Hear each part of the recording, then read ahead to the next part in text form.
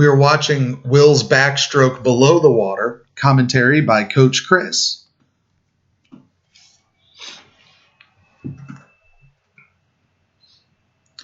This is giving us the best view of your great shoulder rotation.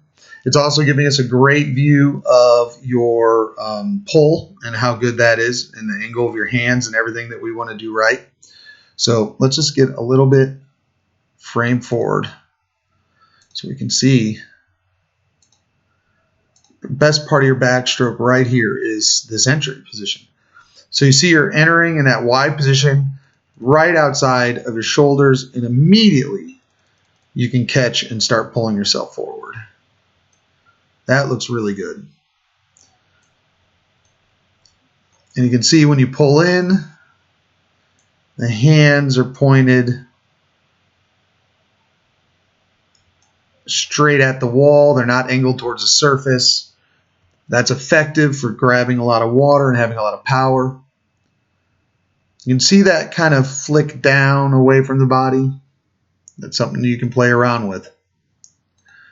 But the shoulder roll and the hand entry are phenomenal. I mean, one of the keys to developing a good backstroke is not just rolling the shoulder up out of the water, but rolling the opposite shoulder in.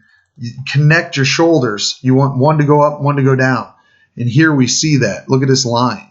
This is a great straight line connection between both shoulders, which means that shoulder rotation is adding to your power and your stroke.